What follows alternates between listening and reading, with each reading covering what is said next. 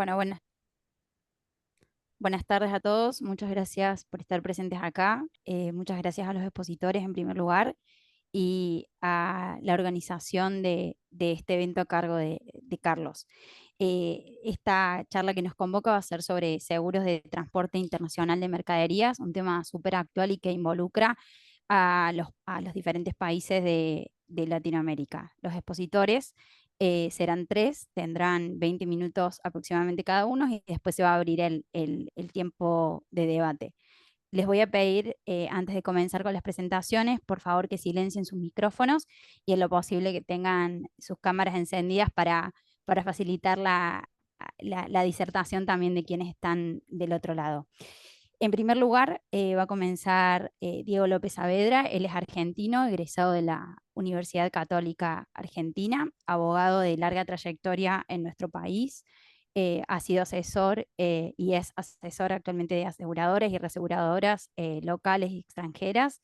Em, Luego seguirá Darcio José da Mota, abogado brasilero, magíster en Derecho de Consumo. Él también es especialista en la materia, con una larga trayectoria en Brasil. Y luego continuará Javier Franco, colombiano, presidente de la Asociación Colombiana de Derecho Marítimo. Por lo tanto, los tres nos honran con su presencia y le damos inicio a Diego. Por favor, tiene la palabra. Muchas gracias a todos. Bueno, muchísimas gracias Franca y muchísimas gracias a Sila Joven por organizar e invitarme a participar de este conversatorio. Siempre es un honor y un placer compartir tiempos académicos con todos ustedes, con los amigos de Sila. Bueno, efectivamente el título de este conversatorio es el Seguro de Transporte Internacional de Mercaderías.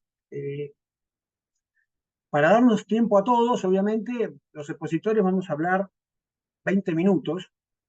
Es un tiempo suficiente para plantear buenas ideas y aspectos del tema que vamos a conversar, pero por supuesto hay que focalizar. Seguro de Transporte Internacional de Mercaderías puede ser, como todos sabemos, puede ser por vía marítima, por vía aérea o por vía terrestre. Pretender abarcar todas estas coberturas en apenas 20 minutos es imposible, por lo cual voy a hacer foco en las coberturas de transporte internacional de mercaderías por agua. Eh, que es un tema que si bien obviamente involucra el contrato de seguro, que es el que nos ocupa, no podemos dejar de mencionar que existe una interrelación muy cerrada entre el contrato de seguros de transporte de mercaderías por agua, los contratos de compraventa internacional, aunque hay algunas pocas veces en que no hay un contrato de compraventa internacional de por medio. Por ejemplo, cuando una casa matriz le manda algo a su filial en Buenos Aires, o, en fin, puede que no haya un contrato de compraventa, pero en el 90% de los casos lo hay. Y entonces, el tercer contrato que se vincula con todo esto es el contrato de transporte. Yo voy a hacer foco entonces en la problemática puntual del aseguramiento del riesgo de transporte, que es uno de los tantos riesgos que enfrentan los exportadores e importadores al momento de decidir entrar en un negocio internacional de este tipo.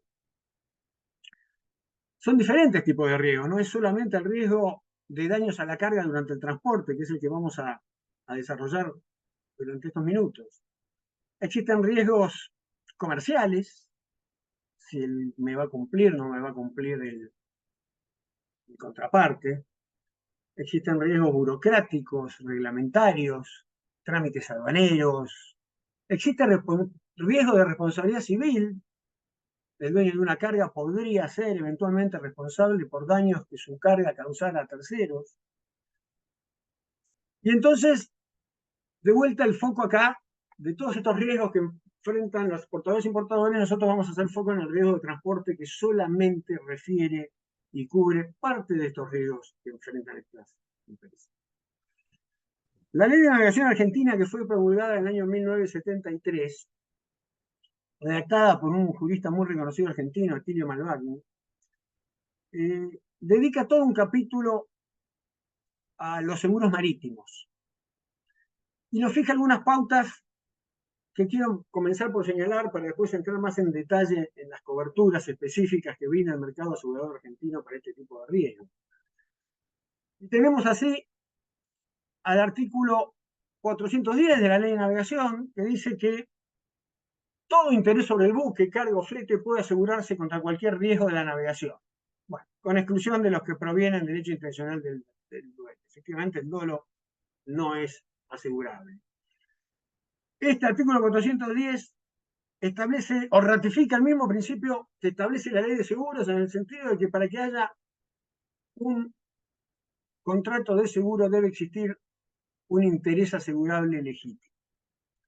En términos genéricos, de vuelta, todo interés sobre buque, cargo, flete es asegurable, pero hay que tener un interés asegurable. Subrayo esto porque más adelante, cuando desarrolle la problemática de la interrelación entre el contrato de seguro y el de compraventa internacional, vamos a ver que este interés asegurable puede variar, la cabeza del titular del interés asegurable puede variar a lo largo del transcurso de todo un transporte amparado por una misma póliza.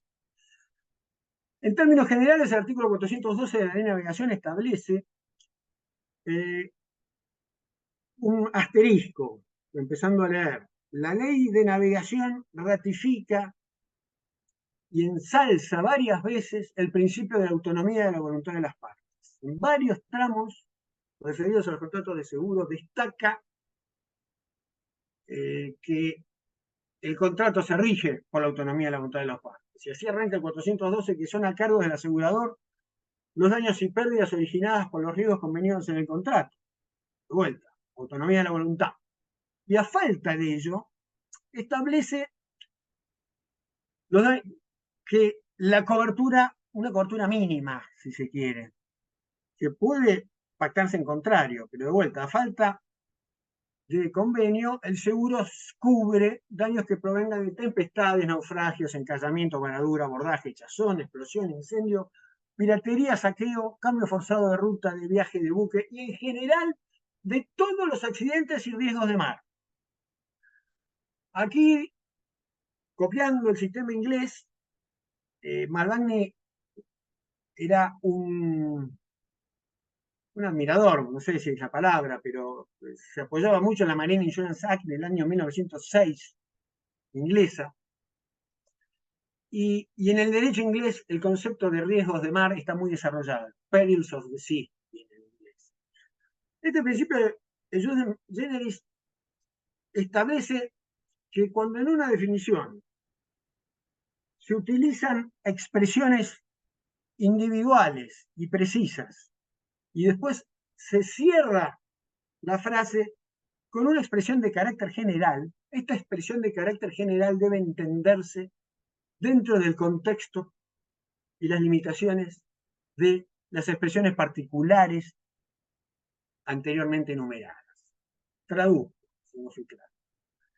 Esta parte final que establece que se cubren todos los accidentes y riesgos de mar, no quiere decir que se cubran todos los accidentes que ocurran en el mar.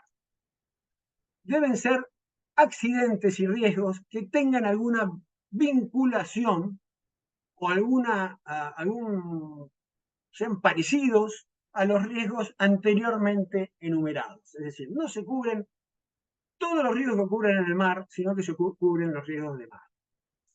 Entre estos riesgos de mar, uno puede preguntarse si la culpa del armador, de la tripulación, del capitán, se debe considerar o no un riesgo de mar. La respuesta es afirmativa.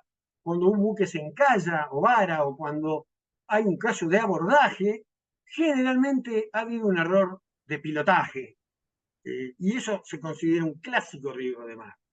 No es lo mismo si un tripulante, contramaestro, quien sea, se olvida de enchufar un contenedor refrigerado a la electricidad. Eso no es un riesgo de mar.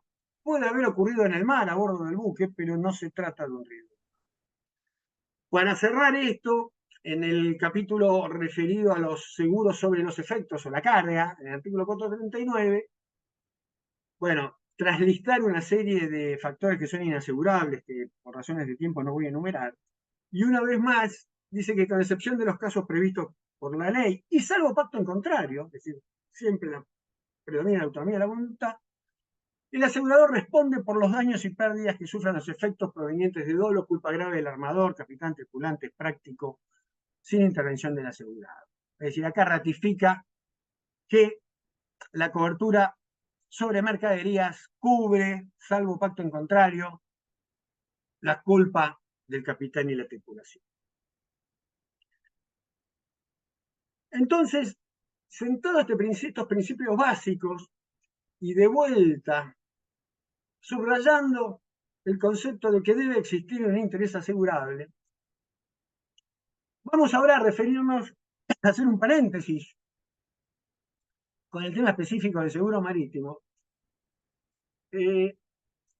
para lo cual me voy a referir ahora un poco a las condiciones que normalmente se utilizan en los contratos de compraventa internacional. Después lo voy a desarrollar con más detalle, pero tengo que comenzar por decir que todas las coberturas la cobertura del Instituto de Londres, que es la que se utiliza en Argentina, la versión de 1982, que se utiliza en Argentina y en casi toda América, después si hay algunos colegas nos podrán compartir sus impresiones de sus jurisdicciones. Todas son de lo que se llama de depósito, de coberturas de depósito a depósito. Es decir, son coberturas que cubren desde que la mercadería sale del depósito del exportador hasta que la mercadería llega al depósito final del consignatario.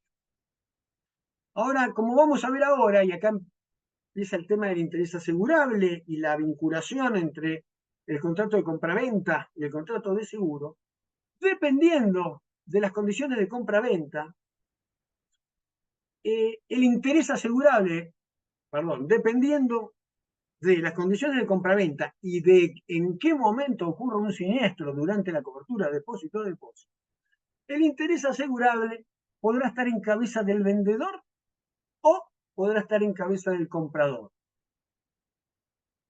En los contratos de compraventa internacional, por ejemplo,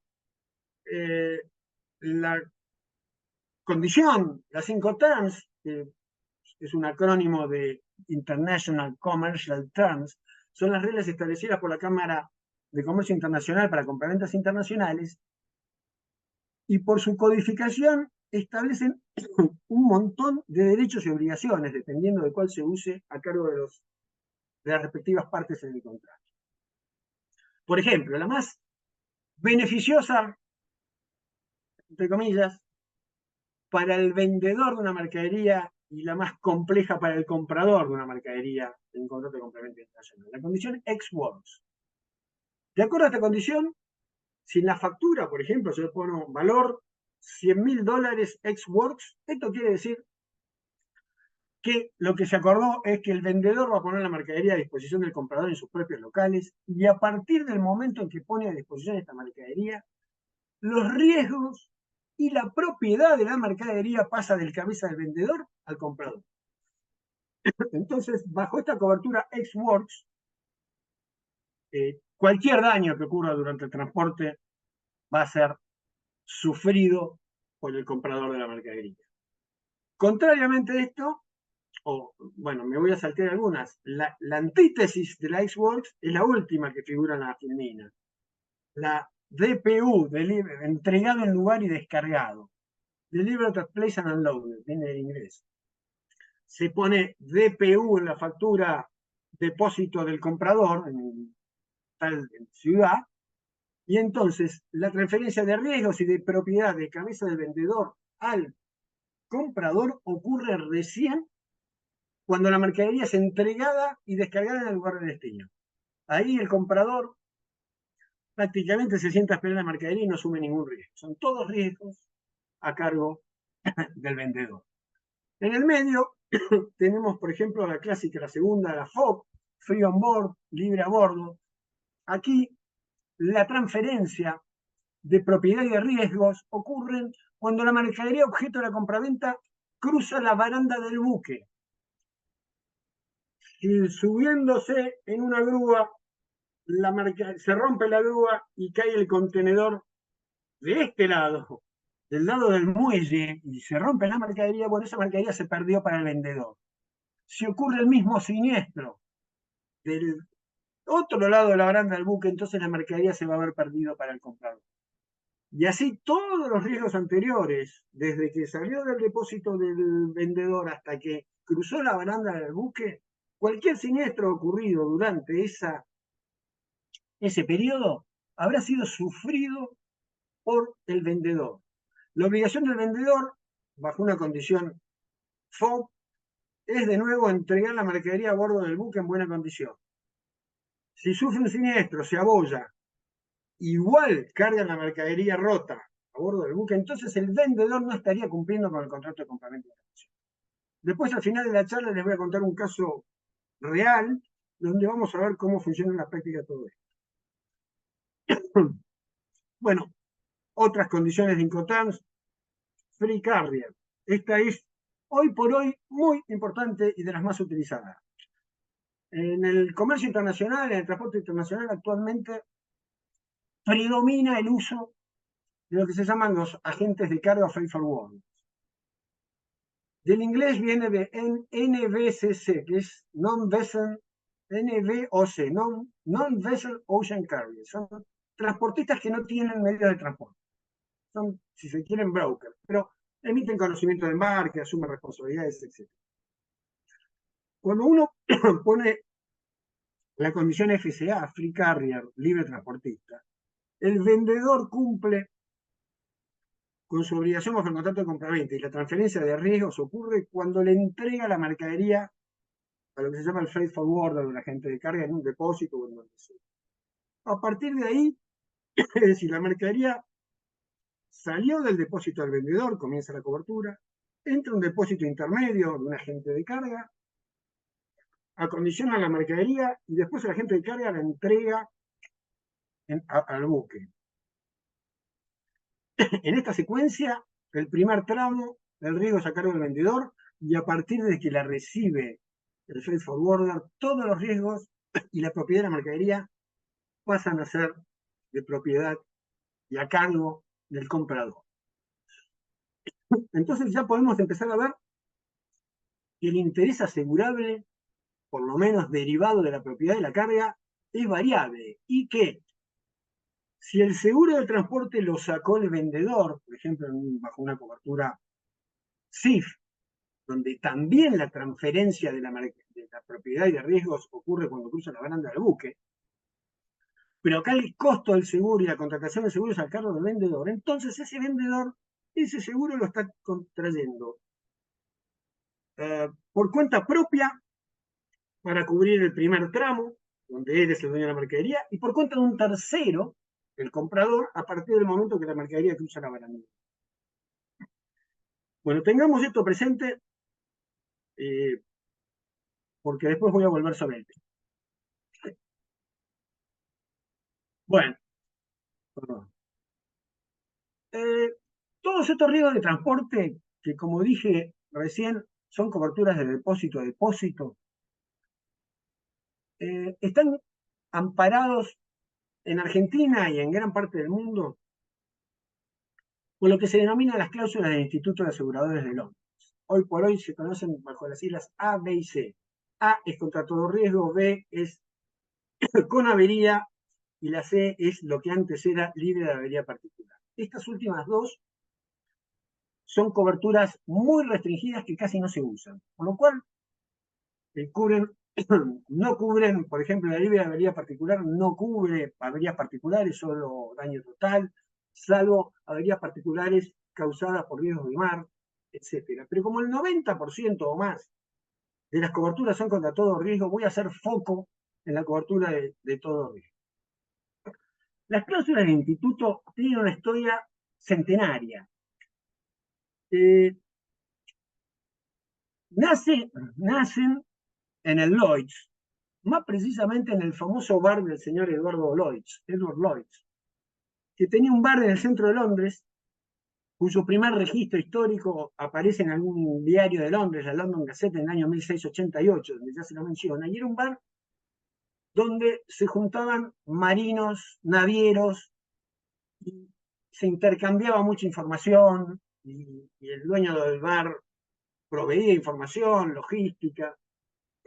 En el año 1720 se dicta en Inglaterra lo que se llama la Bubble Act, la ley burbuja, que sintéticamente es una ley que estableció una suerte de monopolio en favor de, bueno, de alguna compañía para monopolizar, si se quiere, todo el comercio con las colonias. Esta ley estableció que ninguna corporación que no estuviese expresamente aprobada por ley o por una orden del rey, una orden real, no podían emitir seguro marítimo. Esta previsión era para corporaciones, pero no para personas individuales. Las personas individuales no caían dentro de esta previsión y por lo tanto allí se empieza a desarrollar en el famoso bar del señor Lloyd todo un mercado de seguros marítimos y el primer registro del Lloyd se puede dar en el año 1771, cuando 79 individuos firman un acuerdo para crear la sociedad del Lloyd's de Londres. De vuelta, son personas individuales. Posteriormente, en el año 1779, el Lloyd's emite la primera póliza marco, que se llama la póliza SG, de Ships and Goods, barcos y efectos y bienes.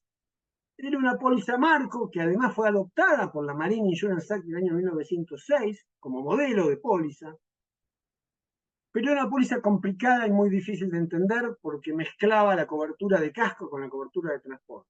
Esto llevó a que eh, sucedieran varias modificaciones. En el año 1912 aparecen las primeras cláusulas del instituto, las denominadas con avería y libre de avería particular, de condiciones muy restrictivas de cobertura.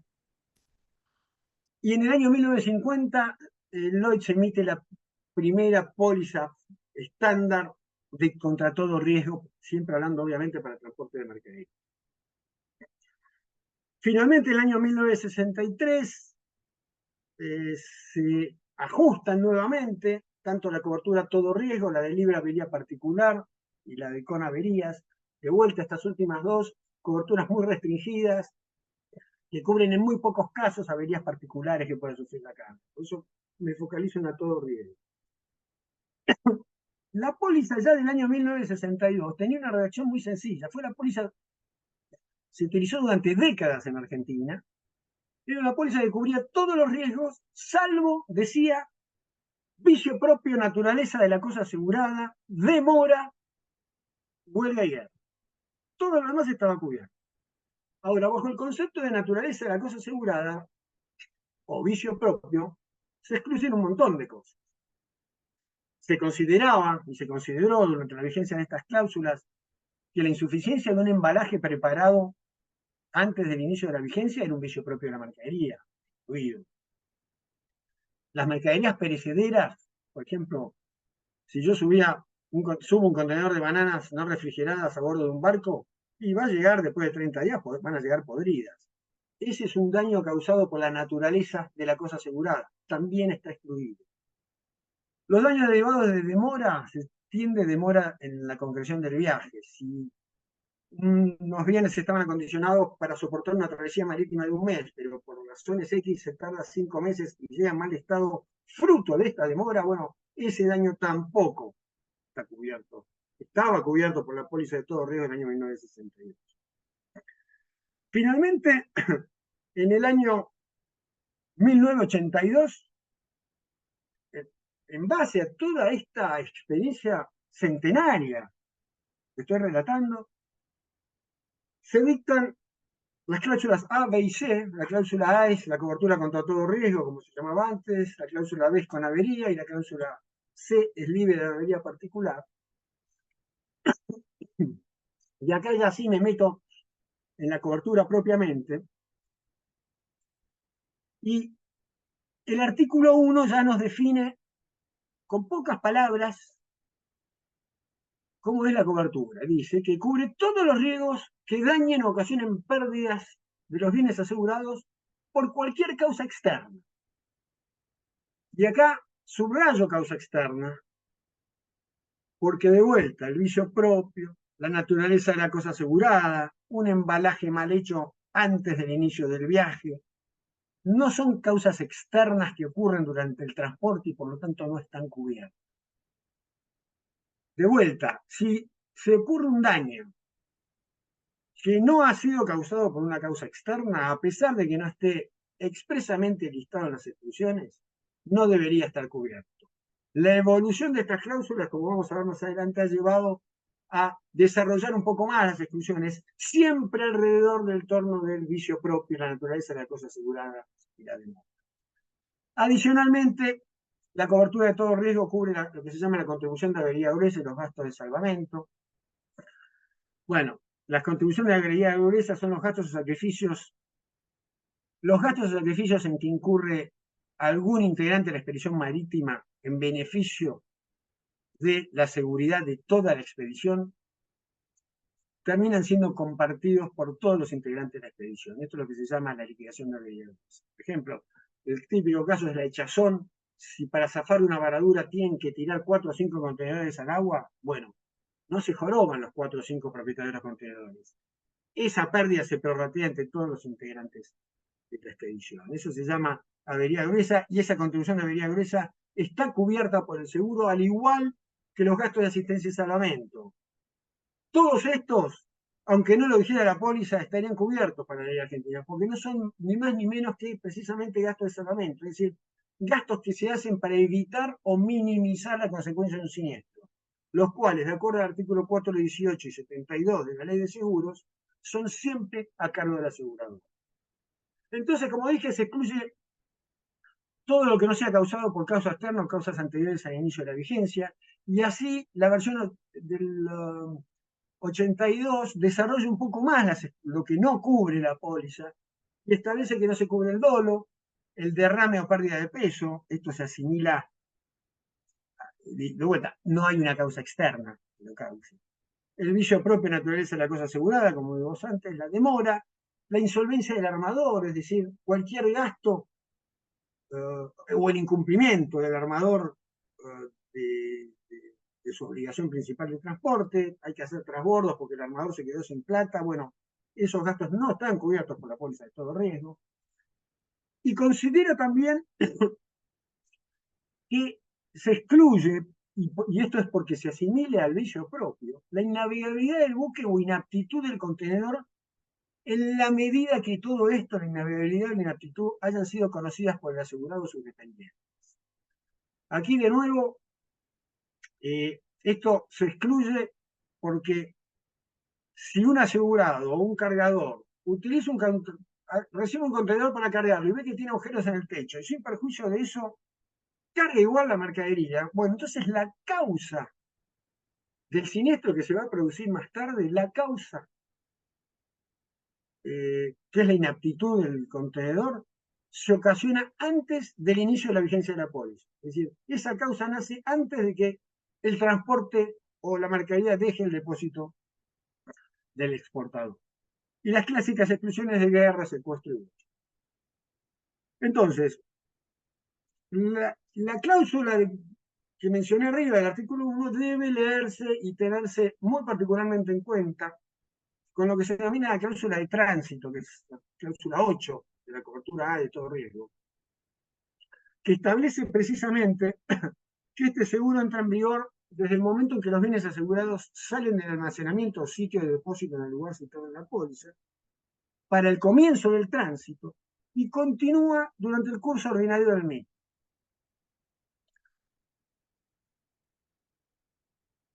Paro acá y ahora vamos a ir a ver cuándo termina la cobertura y vuelvo a subrayar, o decir, mejor dicho, que la cobertura se mantiene solamente durante el curso ordinario del tránsito. No hay una definición específica del curso ordinario del tránsito, pero en términos generales se entiende por una variación del curso ordinario del tránsito cualquier cambio en la logística de transporte que sea decidido por un asegurado, ya sea el vendedor o el comprador. No por los cambios que decida el transportista sin conocimiento del asegurado. Tiene que ser un cambio del curso diario del tránsito de nuevo que involucre al asegurado por cuya decisión. Por ejemplo, si yo estoy mandando al puerto una mercadería de exportación y porque no alcancé a pagar un arancel de no sé qué, le digo al camión, mira, lleva la mercadería y dejala en el depósito fiscal, que mañana o pasado soluciono el tema y lo cargamos. Bueno, eso es un desvío del curso del tránsito. El curso del tránsito debe ser, salgo en un camión del transporte del exportador, del depósito del exportador, y voy directamente a entregar la mercadería. Si el asegurado, el vendedor o quien sea decide un cambio, entonces esto implica una agravación del riesgo y por variación del curso del tránsito no se termina la cobertura. La póliza establece que para poder cobrar una reclamación tiene que existir un interés asegurable. Y acá tenemos, eh, voy a volver, acá hay un punto con la cláusula de interés asegurable que establece, por ejemplo, llega una mercadería a Buenos Aires con un seguro contratado por el importador argentino, el consignatario, todo riesgo. Se hacen investigaciones y se detecta en las investigaciones, se investiga en el puerto de origen, que el daño ocurrió durante el transporte terrestre desde el depósito del exportador hacia el puerto. En ese momento en que ocurrió el daño, la mercadería no era de propiedad del consignatario, del importador. No tenía el interés asegurable en su cabeza, lo tenía el vendedor. Sin embargo, la póliza la sacó el comprador. En esos casos, no es que la póliza no aplica. La póliza opera para el trayecto en el que el interés asegurado está en cabeza de quien no fue el tomador, opera como un seguro por cuenta de un tercero. Y allí se aplican las normas de los seguros por cuenta ajena, y de acuerdo a la ley argentina, el asegurador puede cobrar la indemnización si tiene la póliza en su poder, pero el asegurador tiene el derecho de pedir la conformidad antes de hacer ese pago al verdadero asegurado titular del interés. De todas maneras, en un caso como el que le acabo de decir, si se produce un daño en origen, por así decirlo, y a pesar de eso, el importador le pagó el precio de la compraventa al vendedor de la mercadería, a pesar de que se dañó antes de que suba al barco. Entonces, yo creo que de todas maneras el importador tiene un interés asegurado, porque abonó la mercadería dañada. Sin embargo, en algunos casos solemos pedir, donde se puede detectar que ocurre esta situación, hacer uso del derecho que da la ley de seguros y antes de pagar se pide una nota o algo al vendedor exportador que declare que no tiene objeciones en que se le pague la indemnización directamente al importador. Y finalmente, de acuerdo a la cláusula de tránsito que antes les mencioné, que establecía, como les dije, cuándo inicia la cobertura, ahora vemos cuándo termina. Termina, bueno, de modo clásico, con la entrada de depósito final o con la entrega a cualquier otro almacén o depósito anterior al del depósito final de destino que el asegurado decida utilizar para almacenaje distinto al curso ordinario del tránsito. Es decir, llega la mercadería, por ejemplo, a Buenos Aires. Lo lógico es que se quede 3 días para hacer papeleo en los depósitos fiscales y después se debe retirar y llevar a depósito final. Pero porque el asegurado no tiene lugar en sus depósitos, decide dejarla en un depósito fiscal en vez de 3, 4 días, la deja 30 días. A partir de esa decisión del asegurado, la cobertura terminó. No se le mantiene, salvo pacto expreso en contrario. Y finalmente, por la expiración de 30 días después de finalizar la descarga de los bienes asegurados al costado del buque. Esto es para cuando la mercadería queda al costado del buque y no se termina de entregar, pero no se cubre por más de 30 años. Todo esto, y con esto voy a terminar y voy a acelerar para no devorarme el tiempo. Se los voy a poner un caso práctico que tiene sentencia de primera instancia, que se trató de un transporte de 7.000 y pico de bobinas de acero laminado en frío a bordo del buque Daphnis. Se trataba de un transporte marítimo desde Constanza, Rumania, a Buenos Aires, bajo 2 conocimientos de embarque que fueron emitidos limpios. Y contra la presentación de esos 2 conocimientos de embarque limpios, el exportador, perdón,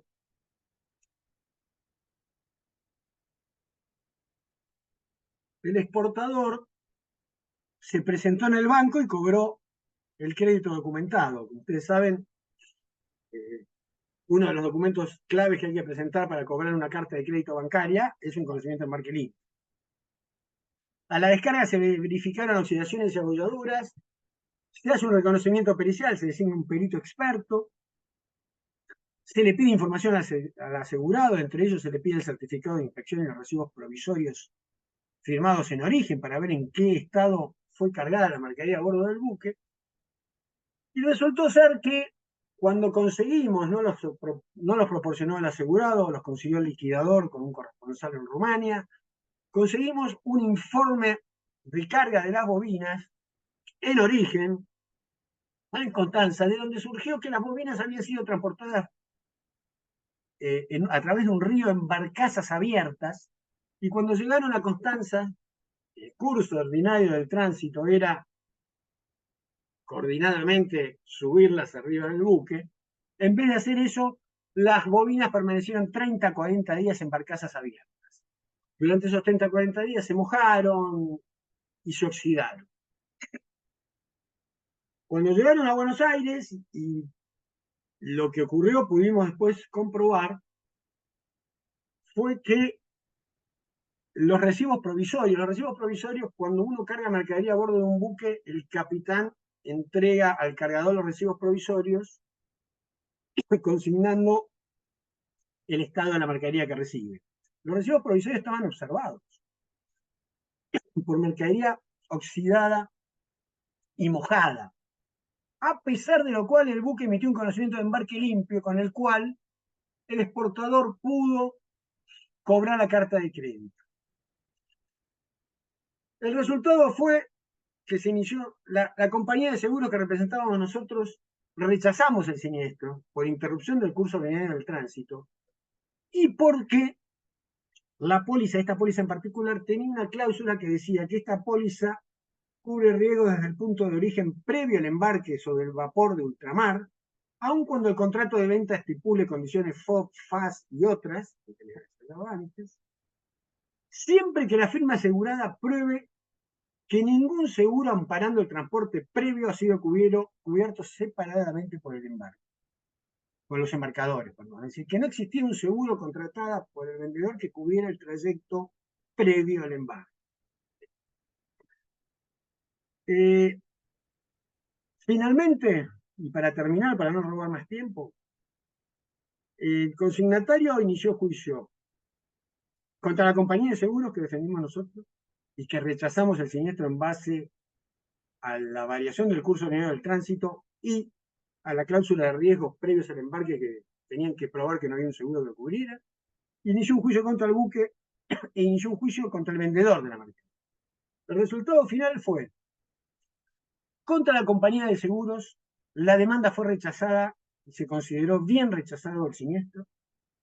Contra el vendedor, se consideró que el vendedor de la mercadería había incumplido con el contrato de compraventa y había habido una maniobra engañosa para obtener un reconocimiento de embarque limpio a pesar de que había entregado la mercadería en mal estado. Y condenó también al buque por haber emitido un conocimiento limpio a pesar de que los recibos provisorios firmados por el capitán estaban observados. Y bueno, y con este ejemplo práctico que pretendió aplicar un poco lo que conversé anteriormente, voy a terminar para no robar más tiempo. y tratar de cumplir en la medida de lo posible, y no podía ser de otra manera, con una puntualidad más o menos inglesa. Muchas gracias. Gracias, Diego, excelente. Bueno, toma la palabra Darcio Mota, de Brasil.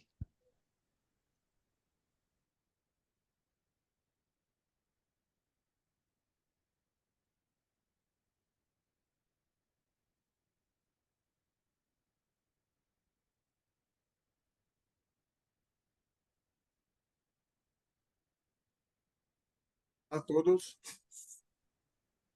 buenas. ¿Están me ouvindo bem? Franca? Todo bien. Ok, gracias. ¿Está vendo também a apresentação? Sí, Sí, Darcio, está perfecto. todo ok. Se ve muy Perfeito. bien. Sim, então, gostaria de começar pedindo muitas graças pelo convite por Sila Jovem. Muitas graças, muitíssimas graças, Carlos Frederic, por a invitação. Franca, muitas graças pela organização e parabenizar Diego também para a exposição. Eu tentarei ser rápido e, conforme combinado com Carlos, não utilizarei o portunhol, falarei em português para respeitar também os ouvintes do Brasil, ok?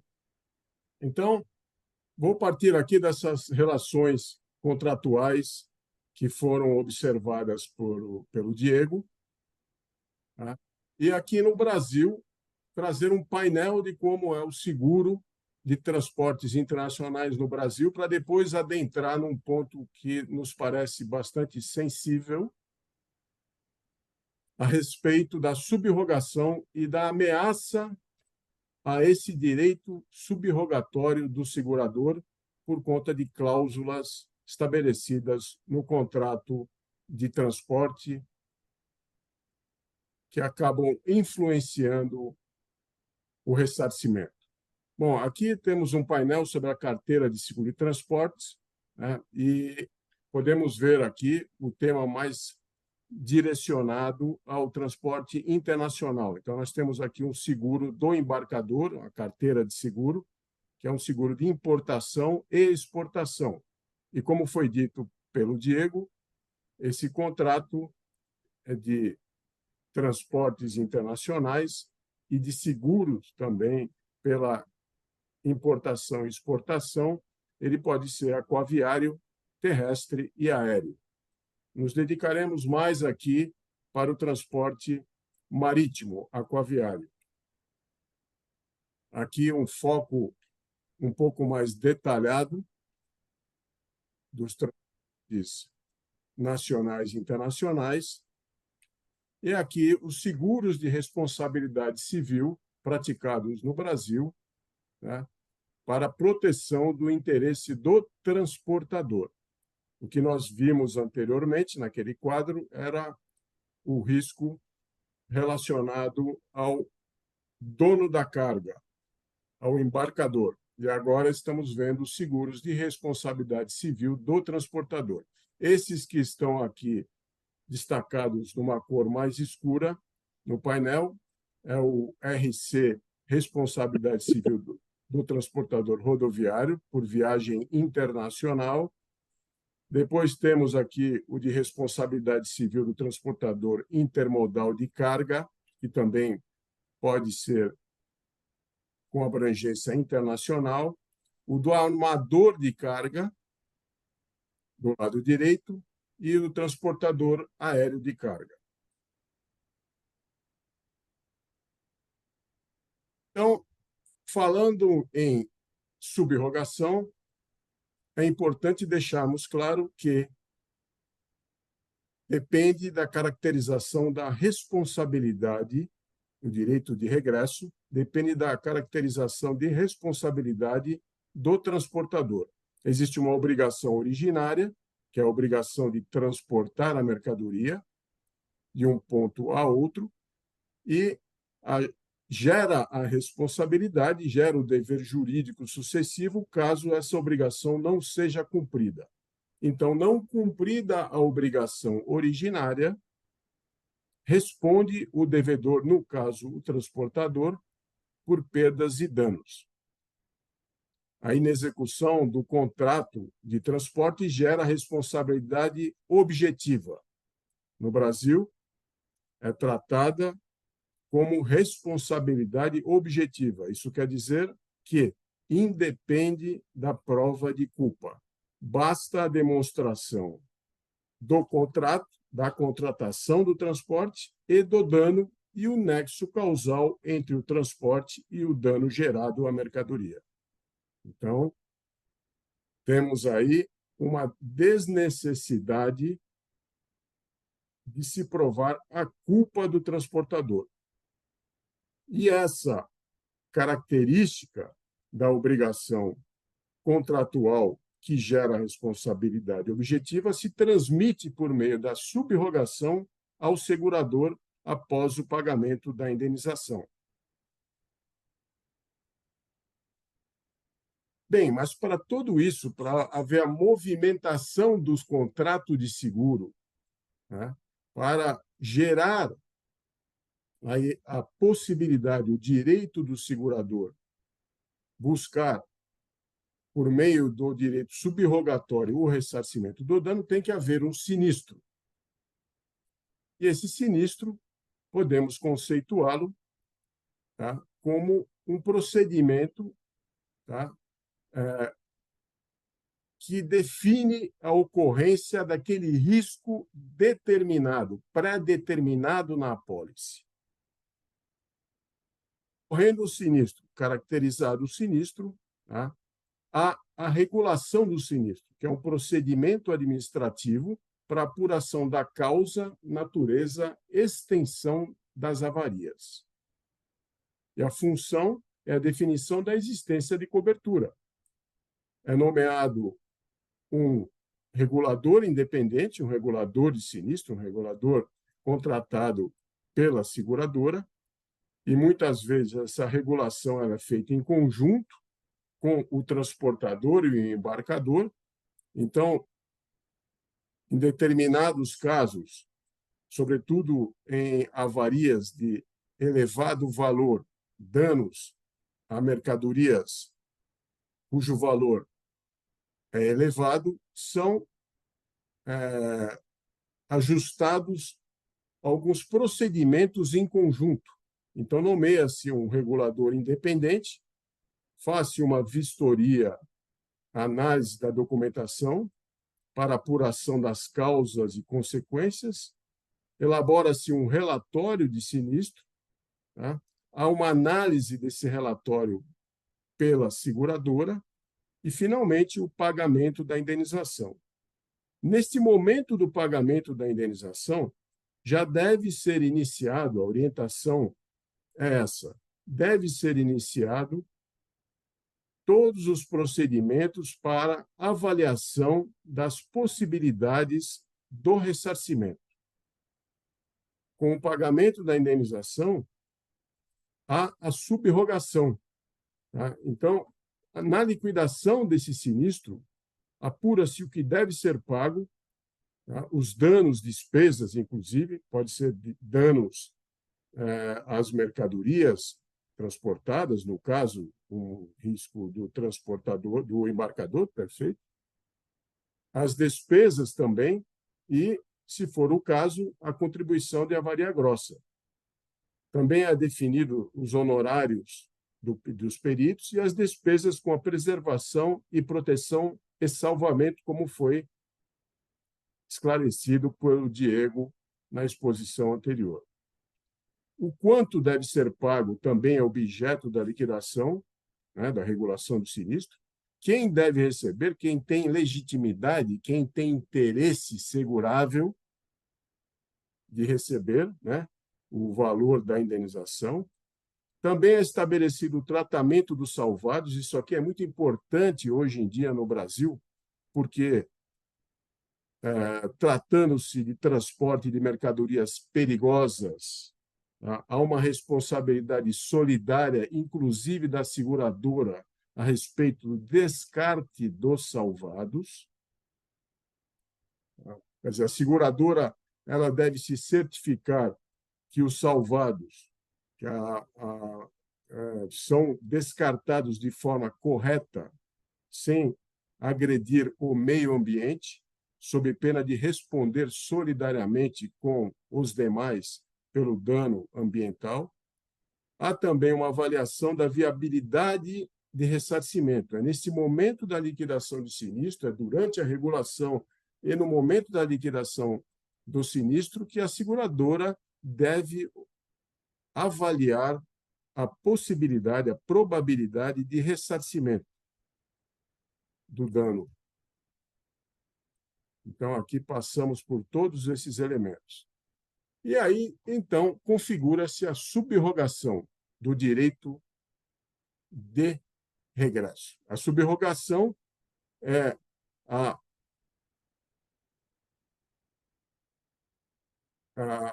subrogação, no caso aqui, transfere ao novo credor, transfere ao segurador todos os direitos, ações, privilégios e garantias do primitivo dono da mercadoria, no caso, em relação à dívida contra o devedor principal, no caso, o transportador. E essa subrogação, ela pode ser, no direito brasileiro, ela pode ser legal ou convencional. No caso do seguro, a subrogação é legal, porque decorre da própria lei. É o artigo 786 do Código Civil Brasileiro, que estabelece que, uma vez paga a indenização, o segurador subroga-se nos limites do valor pago nos direitos e ações que competirem ao segurado contra o autor do dano. Esse mesmo dispositivo, este mesmo artigo do Código Civil Brasileiro, estabelece no parágrafo 2º que é ineficaz, que é nula, né? É nulo qualquer ato do segurado que diminua ou extinga em prejuízo do segurador os direitos subrogatórios. Essa regra do parágrafo 2º protege o direito de regresso da seguradora, que torna nulo, torna inválido qualquer ato do segurado que diminui ou que extingue esse direito. Vou dar um exemplo. Muitas vezes, o segurado negocia com o transportador, o segurado embarcador negocia com o embarcador uma indenização para recuperação, por exemplo, de uma participação obrigatória no sinistro, um POS. Só que a quitação que ele oferece ao transportador é ampla e acaba prejudicando o direito de regresso do segurador. Então, a lei, para proteger o direito subrogatório do segurador, torna ineficaz esse ato. Tá?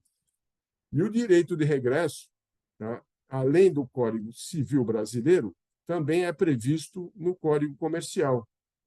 O Código Comercial é de 1850 e nós veremos que ele está passando agora por algumas mudanças. Parte do Código Comercial Brasileiro já foi revogado. A parte segunda, que trata do comércio e seguro marítimos, ainda está vigendo, e essa vigência do Código, tá, está sendo objeto de análise para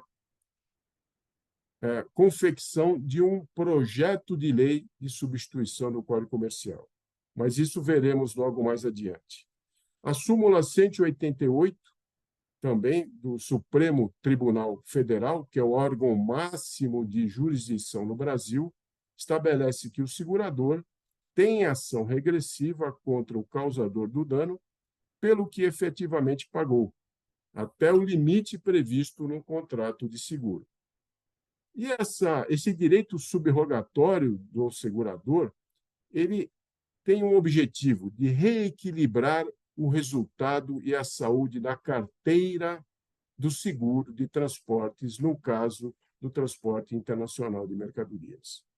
Então, existe um fundo social na subrogação do segurador. Não é só a ideia do segurador recuperar o valor pago, é também reequilibrar o resultado da carteira, a saúde da carteira de transportes internacionais.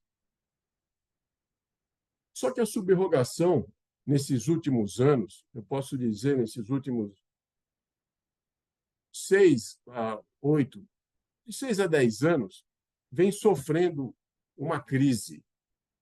E é aqui que nós vamos focar a nossa apresentação. Eu gostaria de pedir aos demais colegas dos países aqui que fazem parte da América Latina que nos uníssemos para trocar informações a respeito do tema. Será que a subrogação do segurador também está em crise nos demais países? No Brasil está. Está sendo discutido aqui de forma muito forte nos tribunais, tá? A extensão de algumas cláusulas firmadas entre o segurado e o terceiro e a influência delas no direito subrogatório do segurador. Vou dar alguns exemplos. A cláusula de limitação de responsabilidade do armador transportador. Essa cláusula, ela vincula o segurador? Convenções internacionais, sobretudo aquelas não ratificadas pelo Brasil. Nós vamos ver algumas aqui no decorrer da apresentação. A exclusão de responsabilidade de algum fato ou tipo de dano. Quer dizer, no contrato de transporte, há uma exclusão específica que vai se transmitir ao segurador por força da subrogação. Outro exemplo, que agora está sendo muito discutido nos tribunais superiores, são as cláusulas compromissórias de arbitragem firmadas entre o transportador e o embarcador. O segurador, após pagar a indenização ao embarcador, busca na justiça brasileira o ressarcimento do dano. No entanto, o transportador apresenta um óbice, apresenta ali uma questão de ordem que extingue o processo. Por quê? É uma questão que submete qualquer discussão a respeito do transporte daquela mercadoria à cláusula compromissória de arbitragem, que muitas vezes é celebrada no BL, no Bill of Lading, em outro país. A arbitragem, muitas vezes, é eleito Tribunal de Arbitragem americano, europeu. Então, há uma restrição ao direito subrogatório do segurador. Cláusula de eleição de foro também é uma outra restrição. Então, aqui estão alguns exemplos para demonstrar que a subrogação no Brasil está sofrendo uma crise. E vamos passar um pouco mais. A subrogação em crise ainda. Então, aqui algumas questões para a reflexão de todos nós. É ineficaz o ato do segurado que diminui ou extingue o direito subrogatório? Isso está na nossa lei, no parágrafo 2º, mas, ainda que não houvesse essa lei, a ineficácia desse ato firmado entre o segurado e o transportador, que acaba diminuindo ou extinguindo o direito subrogatório do segurador? Outra questão, a seguradora poderá sofrer as consequências de uma cláusula de exoneração ou limitação de responsabilidade firmada pelo segurado com o terceiro causador do dano, no caso, o transportador internacional? Partindo da premissa de que a cláusula compromissória só vincula as partes que expressamente a ela anuíram Vem uma outra pergunta. A cláusula compromissória de arbitragem firmada entre o segurado e o terceiro vincula a seguradora, mesmo que com ela não tenha anuído? Mesmo que a seguradora não tenha anuído a esta cláusula? Mais uma questão. A limitação de responsabilidade das convenções internacionais são aplicáveis ao contrato firmado entre segurado e terceiro, aplicados nesse contrato firmado entre segurado e terceiro, também acabam vinculando o segurador subrogado ou não? E mais ainda, um ato de transação, um acordo firmado entre segurado e terceiro podem prejudicar o direito de subrogação do segurador? Esses pontos aqui que são trazidos, meus colegas, são pontos que estão sendo objeto de discussão nos tribunais brasileiros. É por isso que trago aqui para reflexão esse aspecto da crise do direito subrogatório do segurador. E nesse embate, nessa luta sobre a vinculação ou não do segurador às condições do contrato de transportes firmadas entre o embarcador e o transportador, existem duas correntes que se mostram contraditórias. Há uma corrente que defende a não vinculação do segurador, obviamente, as seguradoras estão aqui capitaneando essa corrente, e há uma corrente pela vinculação do segurador às cláusulas existentes no contrato firmado entre o transportador e o embarcador. Temos alguns exemplos, de um lado e de outro aqui. Em favor pela não vinculação, milita aqui a cláusula: a subrogação implica na transferência apenas do crédito e de suas características materiais, e não de ordem processual. Do outro lado, pela vinculação do segurador, já defendem que a dívida se transfere no todo, inclusive nos ônus, não só nos bônus, mas nos ônus também. A respeito da cláusula compromissória de arbitragem,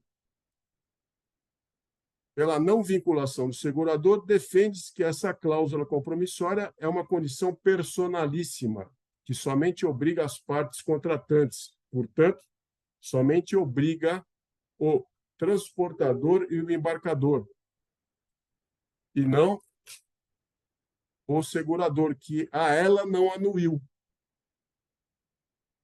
Por outro lado, pela vinculação do segurador, defendem os transportadores e armadores que essa cláusula compromissória não está restrita a uma dada relação jurídica e que os termos são genéricos e vinculam o segurador também. Então, esses são... E as discussões, como falei, vão parar nos tribunais. De um lado aqui, tem decisões favoráveis ao segurador para a não vinculação dele às condições tratativas, cláusulas, inclusive as compromissórias de arbitragem, e, do outro lado, decisões desfavoráveis ao segurador e favoráveis ao armador transportador. Então, há um embate muito grande em relação à subrogação. É por isso que eu chamei a atenção que há uma crise no direito subrogatório. Só que não para por aí, meus colegas. Não para por aí. Nós temos um novo projeto do Código Comercial, tá, que está correndo no Congresso Nacional. E um dos princípios que norteiam o Código Comercial Brasileiro, esse projeto do novo Código Comercial Brasileiro, é um princípio da limitação de responsabilidade. E no artigo 6º do projeto de lei, estabelece de forma clara que, pelo princípio do risco marítimo, reconhecem-se os riscos próprios da navegação aquaviária associados à empresa marítima. E daí gera o direito da limitação de responsabilidade, como necessidade de incentivo à navegação comercial. Esse princípio está posto no projeto de lei do novo Código Comercial Brasileiro. E aí traz o código, o projeto de lei, traz aqui alguns dispositivos que estabelecem de forma bastante clara essa limitação. No artigo 106 do projeto, o transportador não responde pelas perdas decorrentes de vício próprio da mercadoria ou diminuição de peso de cargas transportadas a granel, então são grãos, que por sua natureza seja passível de quebra natural, até 5% do total embarcado. O que está sendo posto nessa norma é que o transportador ou armador, transporte de cargas a granel, de grãos, por exemplo, soja, trigo, tá? Ou outras mercadorias, como, por exemplo, minério de ferro. Tá? Mas eu chamo a atenção aqui para soja e trigo, por exemplo, que são cargas a granel, em que hoje há um desenvolvimento muito grande dos portos e o cuidado para que diminua-se a perda que existia no passado. 5% é muita coisa, sobretudo para um país que tem como um dos mais importantes pontos de arrecadação de divisa as commodities, as mercadorias. 5% é considerado aqui como perda natural, quebra natural por esse novo projeto de lei. Isso é muito complicado, gente. Há também a limitação de perdas e avarias por atraso. Estão utilizando aqui as regras de AIA-VISB, estabelecendo um valor de 666,6710 por volume ou unidade. Isso aqui é uma regra de AIA-VISB, de 1968, que não foi ratificada pelo Brasil. E há uma limitação também das avarias de grande porte, que utilizou aqui a Convenção Internacional sobre a Limitação de Responsabilidade Relativa a Reclamações Marítimas, de 1996. Então, aqui foi criado, está sendo criado aqui, por meio desse projeto de lei, uma limitação da responsabilidade do armador pela morte ou lesão corporal de pessoas, por danos à propriedade de terceiros, como, por exemplo, os operadores portuários, as empresas, os terminais portuários. Danos causados aos terminais portuários terão limitação de responsabilidade do armador transportador, aqui no caso do armador. Esse é o novo projeto de lei. Limites aqui também, que são baseados, para lesão corporal ou morte, são baseados na arqueação bruta das embarcações. Esse projeto de lei ainda está em votação. Já teve um primeiro turno, está interrompido, mas ele voltará ao Congresso, na verdade, voltará à Câmara dos Deputados para votação. Tá? E aqui, os limites máximos de indenização que constam do projeto.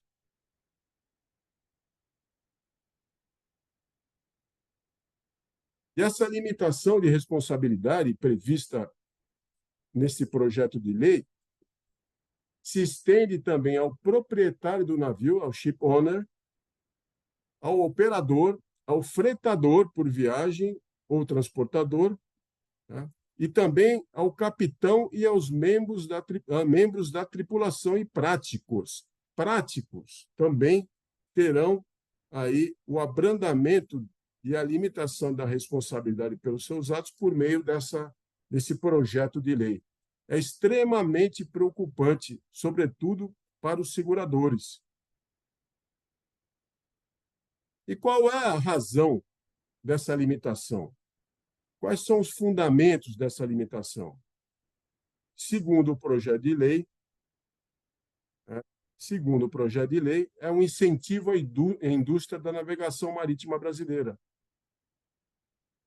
Ainda como fundamento, como motivação da aprovação do projeto, os perigos do mar, os riscos marítimos, a insegurança jurídica, que não há uma harmonização entre os interesses dos armadores e os proprietários de cargas.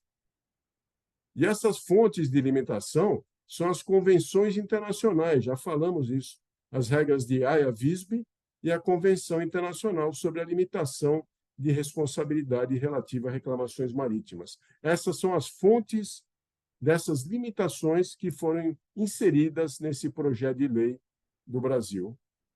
Mas será que os perigos do mar são os mesmos? Nós estamos falando aqui, gente, voltei um pouquinho, de regras de Haia-Visby. Será que não houve uma evolução do transporte marítimo? O risco da navegação não teria sido mitigado pelo desenvolvimento tecnológico e pelas regras internacionais de segurança da IMO na operação náutica? Será? Na verdade, essas regras internacionais de segurança têm se evoluído tempos a tempos. Basta ver aqui que a SOLAS vem sendo atualizada tempos em tempos.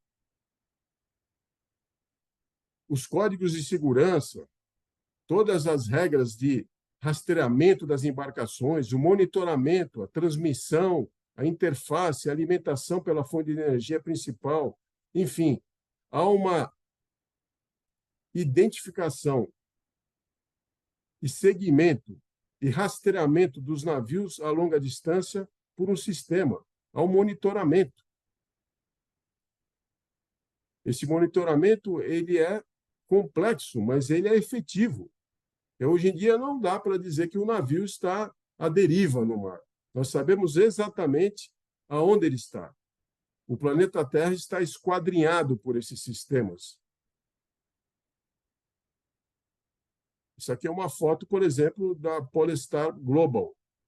Identifica as embarcações no mundo neste momento.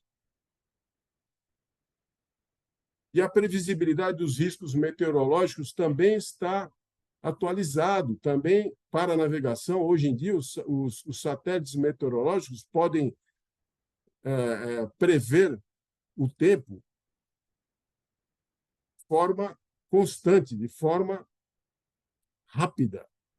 Satélites meteorológicos acabam aqui também trazendo um sistema de prevenção para a navegação. E os instrumentos de navegação, será que evoluíram? Aqui são fotos aqui de embarcações antigas. Podemos ver aqui todo o sistema de bússola. Aqui a ponte, vemos lá em cima, lá direito, a ponte de comando. E agora, olha uma embarcação atual. Essa evolução tecnológica, será que não diminuiu os riscos da navegação? Será que ainda é necessário limitar a responsabilidade do armador e do transportador? Os controles dos riscos da navegação. Olha um exemplo aqui dessas embarcações, no painel de controle da ponte, bridge. Estamos vendo aqui o controle dessas embarcações feitas com poucas pessoas. Hoje as embarcações, grandes embarcações, têm 25, 20, 23 tripulantes. Toda ela computadorizada e controlada. Estimado Darcio, disculpe la interrupción. ¿Podemos Sim, ir concluyendo la exposición así sim, le já dejamos estamos tiempo a indo. Javier? Já Gracias, estamos indo disculpe. para a conclusão. E as fontes de limitação nós já citamos aqui, são regras de Ayers-Visby, de 1924, as primeiras. E não podemos nos esquecer que, em outubro de 2010, todos os países latino-americanos assinaram uma declaração de Montevidéu, em que recomendou a não ratificação das regras de Rotterdam. E o principal motivo considerado foi que era inconveniente para os importadores e exportadores, inclusive para o Brasil. E aqui eu encerro dizendo o seguinte: o princípio da limitação gera uma antinomia jurídica, pelo menos no Brasil, não sei em todos os países dos colegas, com o princípio da reparação integral. Há um conflito direto entre o princípio da reparação integral previsto na Constituição Federativa do país e o princípio da limitação. Então, era isso que eu gostaria de apresentar. Fica aqui um desafio para a gente poder debater o tema. Muito obrigado. E desculpa pelo atraso.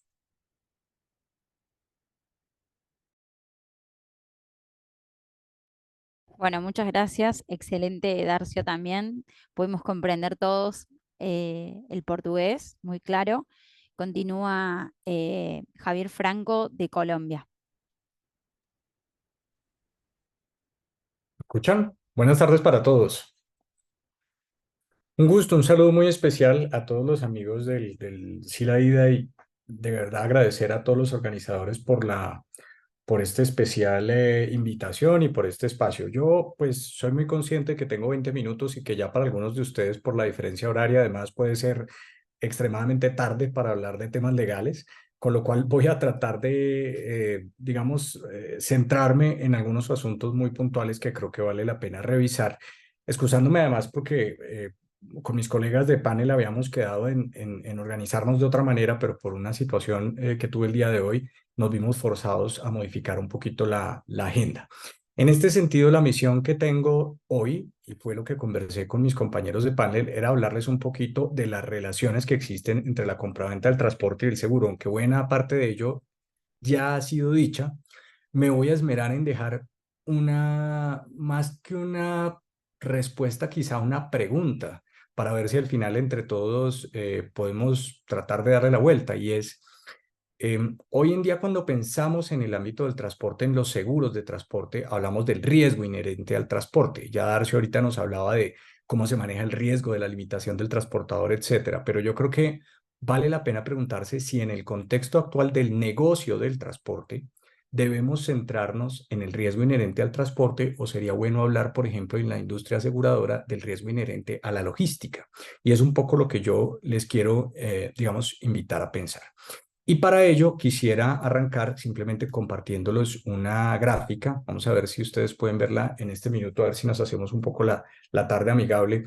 No sé si conozcan esta caricatura, es una caricatura que en mi infancia me acompañó mucho y que me sirve mucho para mis clases en Bogotá, en el externado donde soy profesor, porque la gente siempre me pregunta cómo funciona la relación entre compraventa, transporte y seguro, y para mí la verdad es que compraventa, transporte y seguro son un poco como Hugo, Paco y Luis en la caricatura.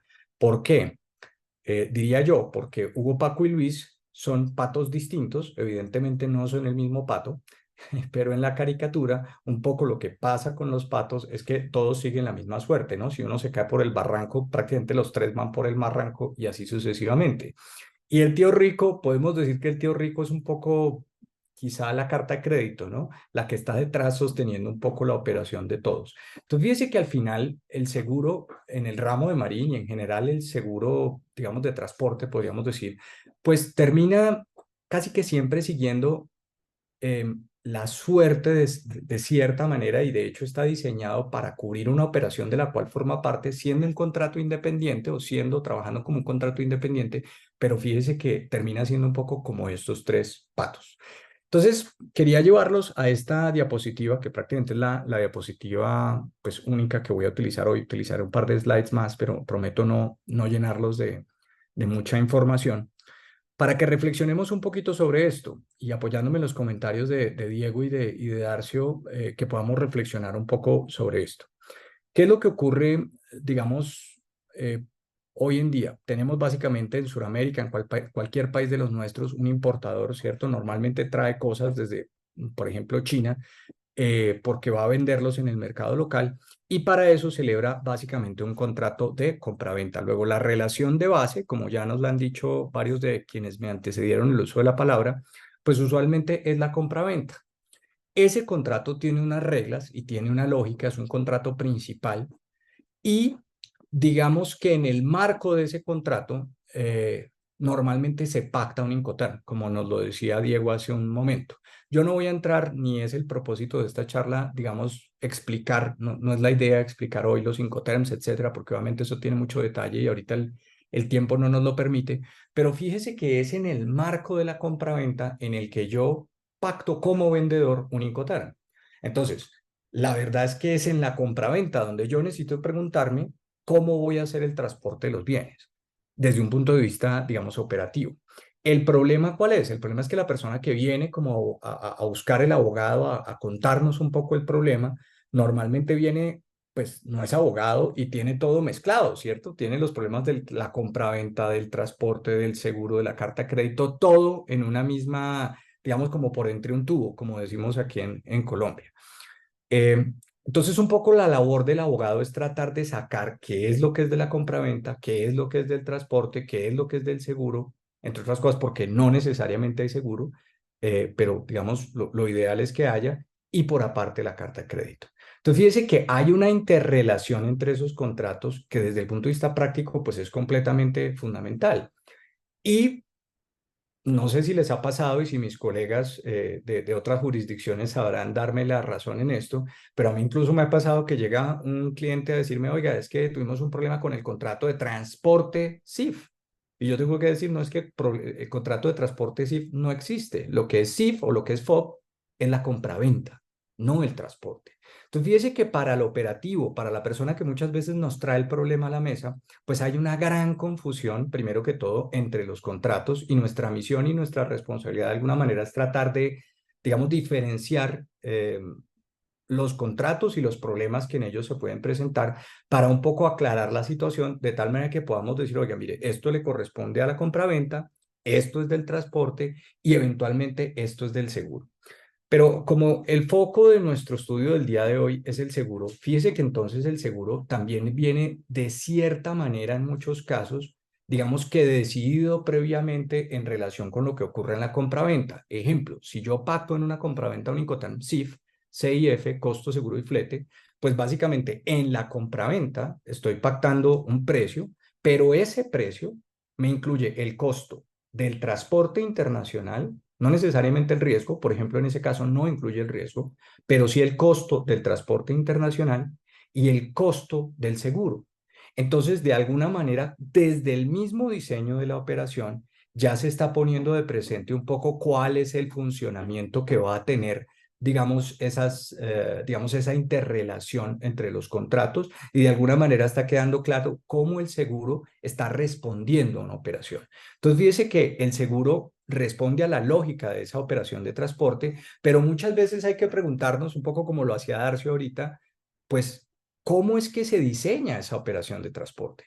Y aquí los quiero llevar un poco a reflexionar sobre cómo está ocurriendo el transporte hoy en día, porque es que muchas veces la operación de transporte internacional no es lo que uno cree. ¿Cómo realmente ocurre? Si me permiten, en estos 10 minutos, quisiera que reflexionáramos un poquito sobre realmente cómo se contrata el transporte.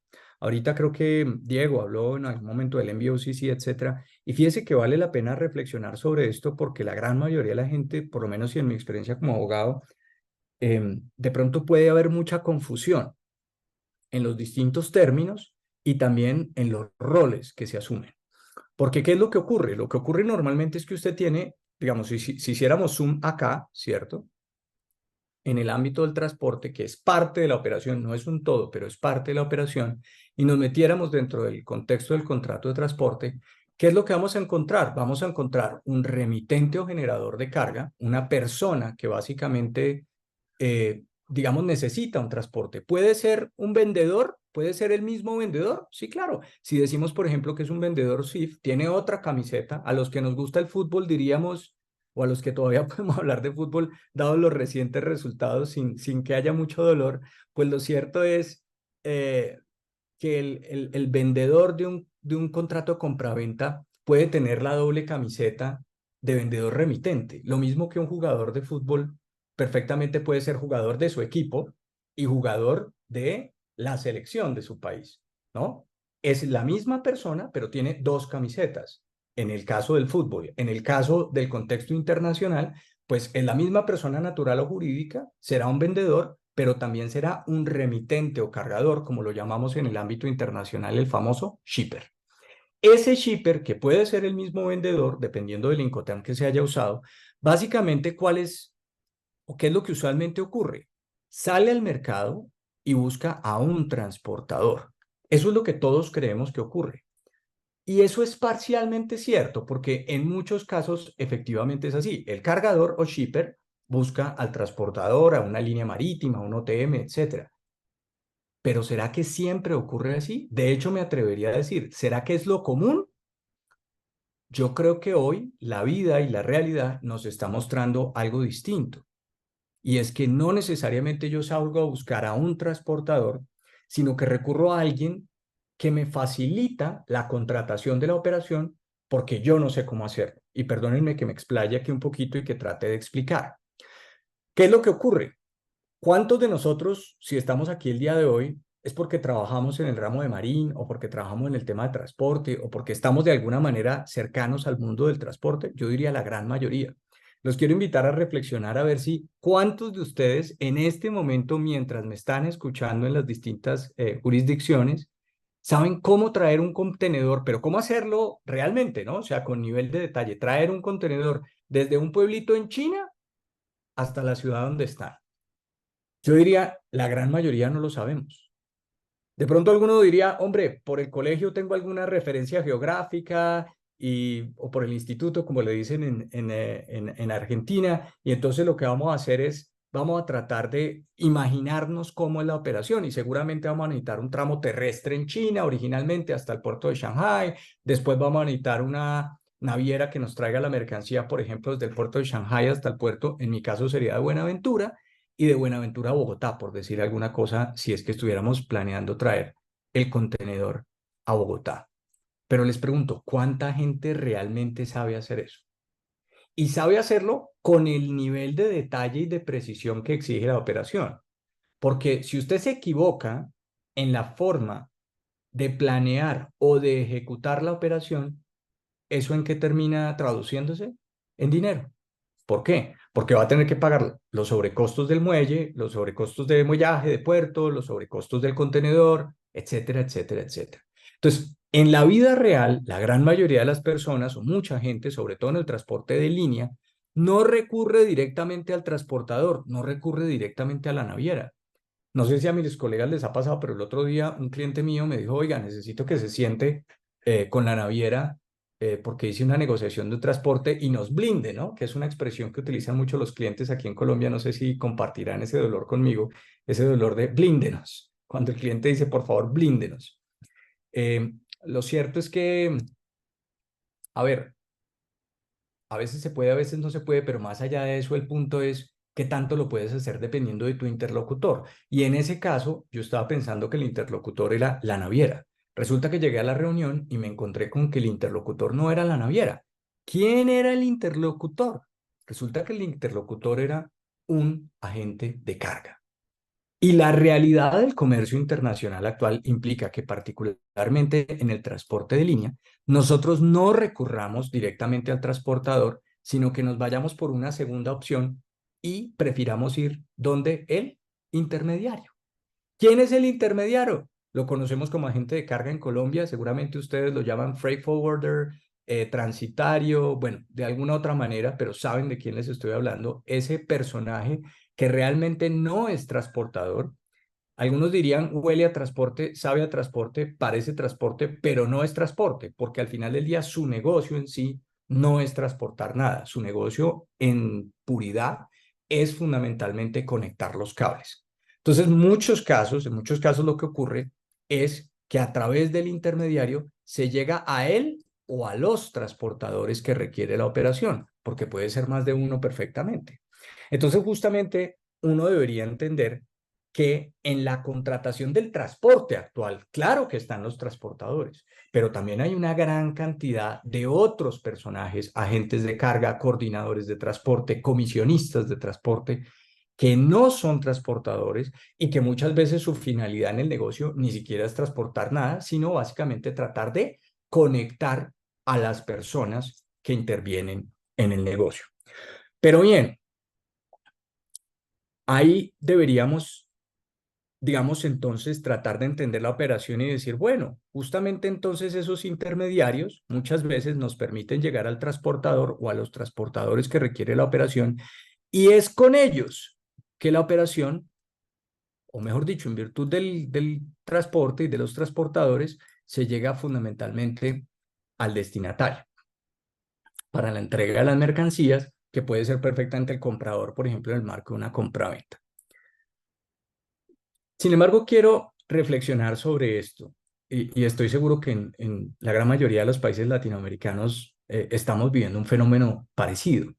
Díganme ustedes, yo es que salgo a la calle, me encuentro con mis clientes porque trabajo como abogado de firma hace casi 20 años y la verdad es que uno habla con la gente y el que ayer uno saludaba como transportador en la calle, hoy te dice, no, no me digas transportador, a mí dime operador logístico. O sea, yo ya no quiero ser transportador, yo quiero ser logístico. Y esa es una realidad de mercado que no podemos negar. Entonces, ¿qué es lo que está ocurriendo?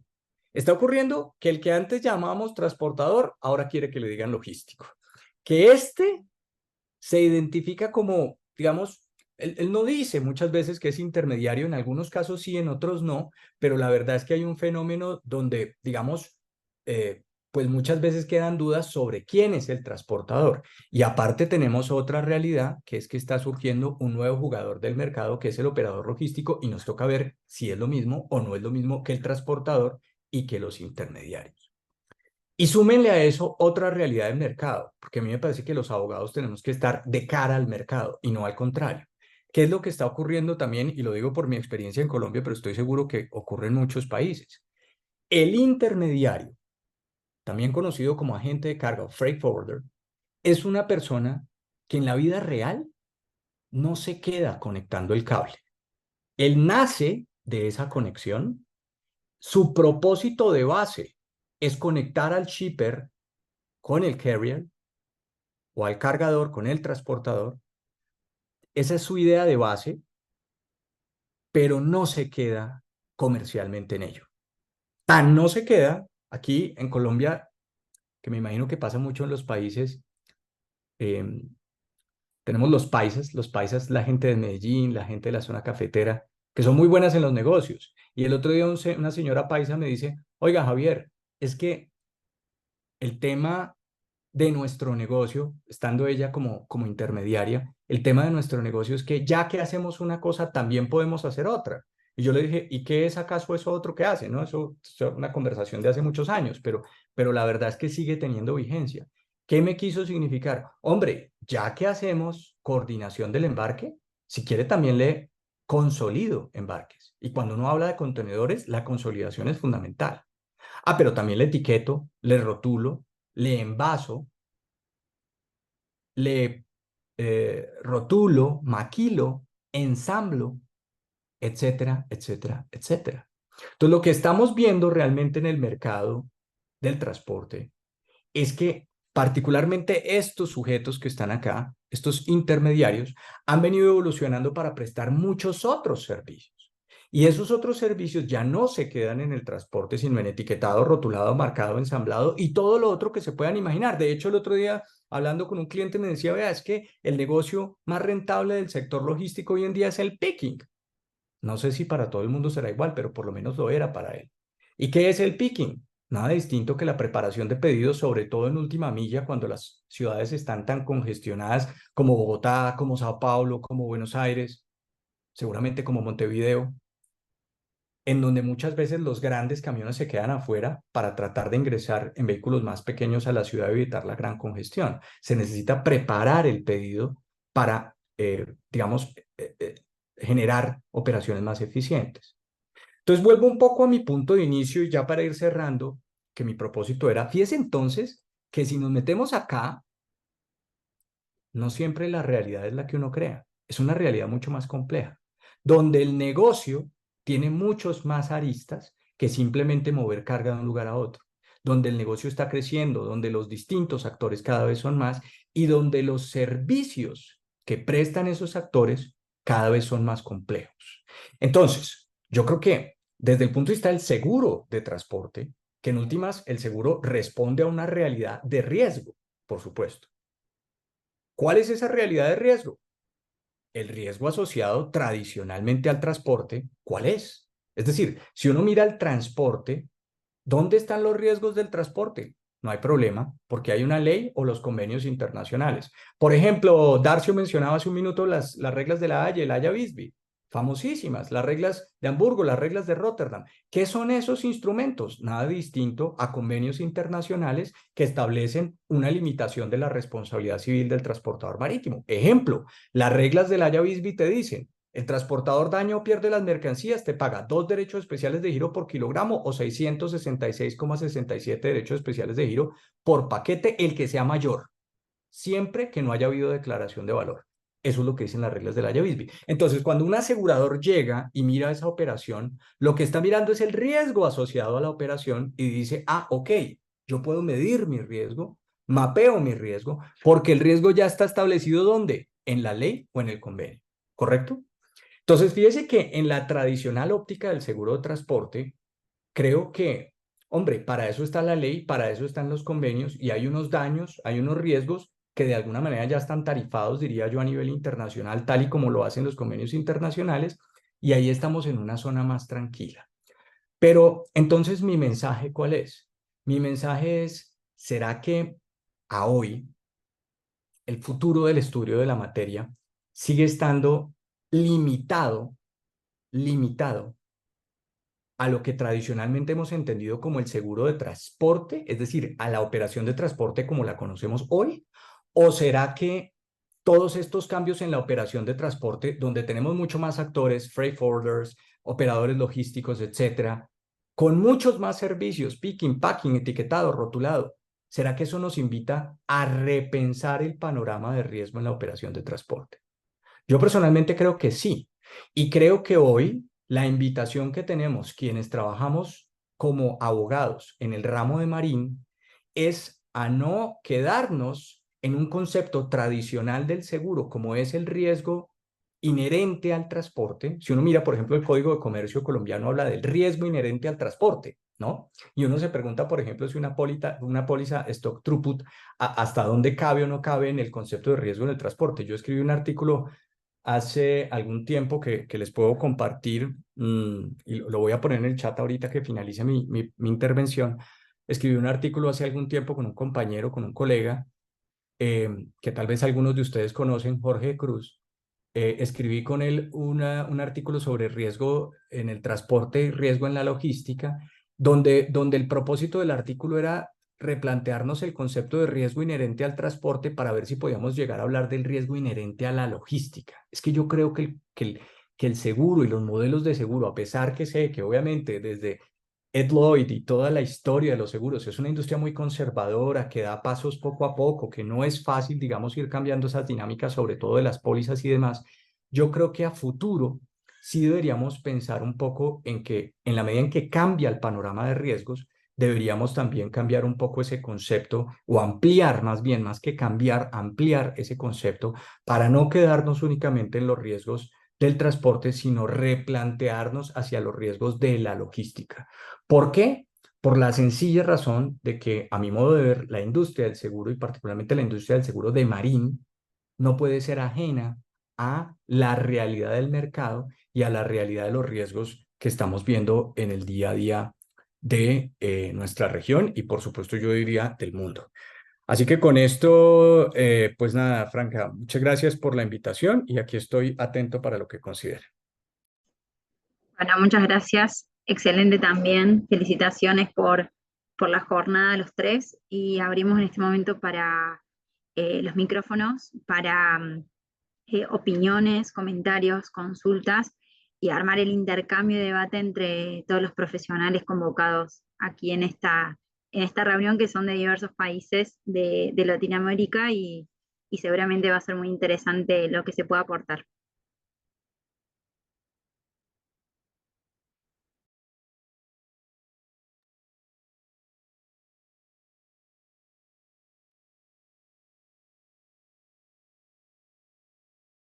Bueno, ¿alguien tiene alguna pregunta? Incluso entre los tres expositores y tiene una consulta yo. En particular, esto es por ahí una cuestión básica.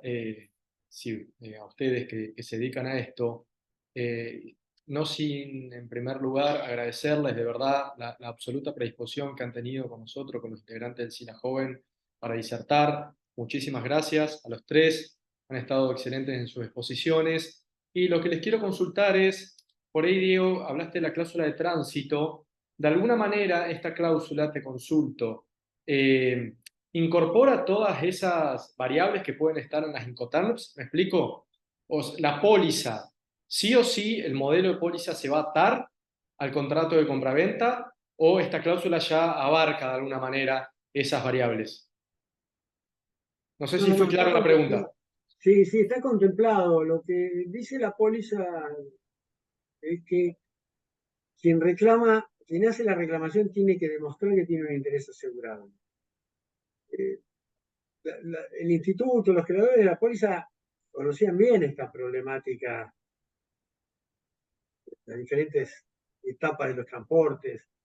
Lo que es interesante, y atándolo con lo que decía Javier, es ver si ya las cláusulas del instituto cumplen las necesidades que tienen los asegurados realmente. Digamos, porque son efectivamente pólizas, coberturas de transporte y no de logística. Claro. Yo decía en mi charla que los exportadores e importadores tienen un montón de problemas, de responsabilidades, y que lo que íbamos a hablar se limitaba exclusivamente a una de esas responsabilidades, a uno de esos riesgos. Pero hay otros que coincido con Javier que no están contemplados a veces.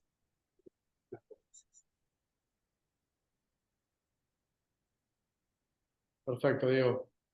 Sí, sí, evidentemente, tal vez el modelo tradicional abarca valga la redundancia, un modelo de negocio que pareciera ser bastante más simplista, digamos. Ahí Javier bien nos ha introducido sobre la verdadera complejidad de toda esta cuestión, ¿no? Los distintos actores que se encuentran involucrados, los distintos riesgos, por supuesto, que con ello va a traer aparejado en todo este modelo nuevo de negocio, todo lo que implica la exportación e importación. No sé, Javier, si tenés un comentario al respecto. Sí, a ver, digamos que un poco lo que yo pensaba el día de hoy es que, no sé Con si esa ustedes... última pregunta, perdón, a colación de esto último que nos trajiste a preguntarnos a nosotros mismos, ¿no? O sea, de alguna manera ese modelo clásico nos ha quedado un poco desactualizado, por así decirlo, ¿no? O sea, no se ajusta a la complejidad de la operatoria de hoy en día. Sí, sí, justamente, digamos que yo, Carlos, comparto esa idea de que el sector logístico es un sector en constante evolución. Yo creo, y por mi experiencia en el mercado colombiano vivo, eh, digamos, percibiendo que esta gente todos los días tiene un negocio más grande, un negocio que cambia. Entonces, me parece que de alguna manera la industria del seguro no puede ser ajena a esa realidad. Ahora, evidentemente, todos los que de alguna manera hemos trabajado en este ámbito sabemos que, a ver, que estas pólizas implican también, pues, muchas veces unos clausulados que vienen estructurados con unas lógicas que vienen desde Londres, que no es tan fácil, digamos, muchas veces modificar ciertas cosas, en algunos casos hay más flexibilidad, pero eso debería llevarnos un poco a la reflexión de a futuro, si vale la pena, y en eso creo que estamos de acuerdo con Diego, pensar un poco, digamos, más hacia el sector, porque el riesgo ya no es el riesgo del transporte, o ya no hay que entender el transporte como la industria del transporte, como aquel que mueve cajas de un lugar a otro. Yo creo que esa realidad ya cambió, ¿sí? Y de hecho, cuando yo hablo con la gente que está en la industria, lo que me dicen es que, mire, con la franqueza que te lo dice alguien que está en el negocio, te dice, el que gana plata o la plata no está muchas veces en el transporte en sí, sino todo lo que haces en torno a la manipulación de la carga mientras la tienes, como lo decía este señor del famoso picking. Ahora, si se te daña la mercancía en el picking, ¿es transporte? Respuesta no, porque técnicamente hablando, ese no es el transporte, no estás ejecutando la actividad de movilización. Claro, con el almacenamiento y digamos, por la forma en que funcionan las cláusulas, los clausulados de transporte, seguramente ahí tenemos una discusión distinta, como nos lo decía Diego, pero a futuro creo que sí vale la pena replantearse si las necesidades del sector transporte están suficientemente manejadas o se les está dando el correspondiente alcance a través del seguro. Esa era un poco la reflexión. Perfecto, Javier, gracias. Eu tenho uma contribuição. Sí, Darcio, por supuesto. Nós, em Brasil, temos risco que mudou todo o painel do seguro de transporte, que é o risco de roubo, o risco de assalto. Este risco, em grandes cidades, como em São Paulo, um raio de 5 quilômetros, Rio de Janeiro, nós temos ponto adicional, que são cláusulas de gerenciamento, são planos de gerenciamento de risco. São outras empresas. Javier falou a respeito de muitas empresas envolvidas no transporte, empresas de logística. E acá em Brasil nós temos uma empresa que hoje é predominante, inclusive para trânsito, para a cláusula de trânsito que você ha indagado, ok? Essas empresas que estabelecem o programa de gerenciamento de risco, sobretudo de roubo, estão envolvidas no transporte. É obrigatório hoje o transportador, sobretudo rodoviário, um transporte multimodal, transporte marítimo, internacional, que depois até a casa, até o armazém do comprador, exige um transporte de mercadorias rodoviário. Esse transporte rodoviário está submetido a regras especialíssimas de gerenciamento de risco. Então, com razão, Javier, nós aqui viemos com alguns aspectos tradicionais do transporte e hoje há muito mais do que simplesmente retirar a carga, receber a carga e entregar ela incólume. Há uma miríade de relações jurídicas envolvendo, e no Brasil posso citar, sobretudo no trânsito da mercadoria, são programas de gerenciamento de risco, empresas que trabalham exclusivamente nesse aspecto. Gracias, Darcio. ¿Alguien tiene alguna consulta o opinión? Sim, tem uma pergunta para Diego. Diego, o artigo 412 que você citou, ele é considerado, então, uma relação de riscos exemplificativa ou é exaustiva? No, es ejemplificativa. Es, como dije, la ley de navegación en materia de seguros respeta la autonomía de la voluntad de las partes, salvo pacto en contrario.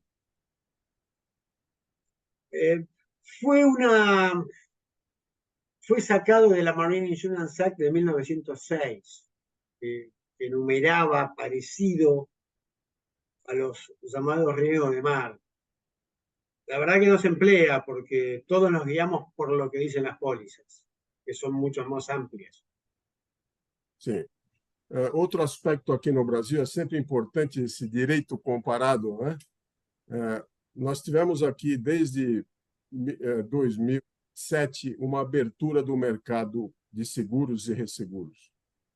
E nessa abertura de mercado de resseguros e seguros, o governo brasileiro partiu para uma liberação do mercado, liberação dos clausulados, liberação dos contratos. Quer dizer, tudo é possível contratar exceto o que é contra a lei.